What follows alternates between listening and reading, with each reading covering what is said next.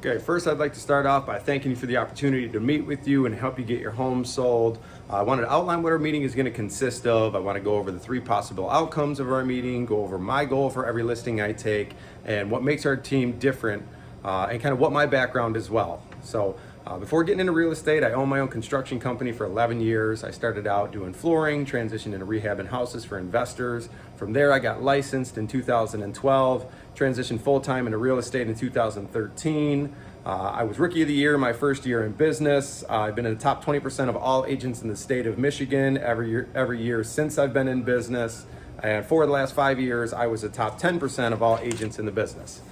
So I wanted to outline the three possible outcomes to our meeting, and all three of them are fine outcomes depending on how the meeting goes. So outcome one is you like everything that I say, you're confident in my ability to get your home sold, meet your expectations. We sign a listing agreement. Even if we aren't putting the home on the market right away, when the time's ready, we get the home on the market, get it sold. That's outcome number one. Outcome number two is I let you know everything that we do, what to expect from us, and you still feel that I'm not the agent for you. You choose to list with somebody else, which is fine. I'll thank you for your time. I'll tell you, please keep me in mind if you're not impressed with the agent that you chose. I want you to refer your friends and family over to me, because even if I don't have a chance to work with you, I want a chance to earn your business. So I'll knock it out of the park with any referrals that you send our way. So that's outcome number two.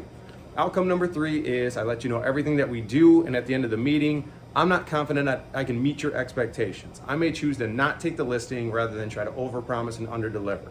That's outcome number three, and like I said, any three of the outcomes could be the right decision based on our meeting. So when I meet with sellers, most of them have five very similar concerns. The first concern is, what does a listing agent do to sell my home?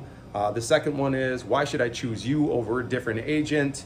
The third is, where will I see my home for sale? The fourth is, what's the process of selling my home? And the fifth one is, what's it going to cost me to sell my house? What am I going to end up netting at the end of the transaction? So my job as a listing agent, I kind of list my job, and it can be broken down into three goals. Goal number one is to sell your house for the most money. If I can't get you more money than another agent or more money than you could have gotten by selling your house yourself, I have no value. So goal number one is absolutely sell your house for the most money. Goal number two, sell the house in the least amount of time. Your days on market are the enemy to your home, especially in the market that we're in. So that's goal number two, is sell it in the least amount of time. And goal number three is to close a transaction with the least amount of issues as possible. 30% of the homes that go under contract end up falling apart. Most instances, it's a lack of education from the buyer to their agent or the seller to their agent. The listing agent to the seller. That's why educating your people in the process is so crucial. It doesn't matter what market you're in, there's a strategic way to navigate it. My job is to know what's coming and have the answer ready. We take a lot of pride in the systems that we have in place to make sure that nothing falls through the cracks. Is there anything that I didn't mention that's important to you in the transaction? Right, so there are some things that differentiate us from a lot of real estate agents out there. The first thing is my experience. I've been a production agent long enough to know how to navigate a shift in the market. I've seen the market dip. I've seen what approaches work, what didn't work. I'll be the first person to tell you that I've had a lot of failed marketing ideas. I've listed homes too high, seen them sit on the market for 4, 5, 6 months without seeing an offer.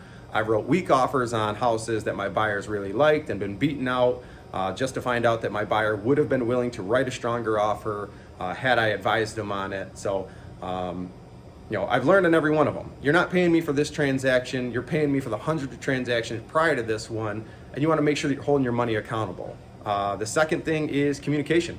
Selling home can be very stressful. Even when the transaction is glass smooth, you're still selling the largest asset that you own. Poor communication makes that transaction even more stressful. So communication is a big part of our business.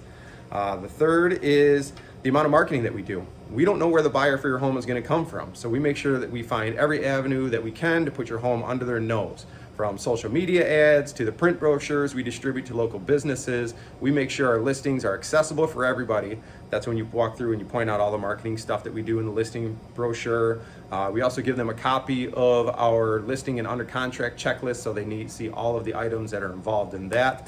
And the fourth thing is we work as a team. We have members on our team that specialize in different aspects of our business.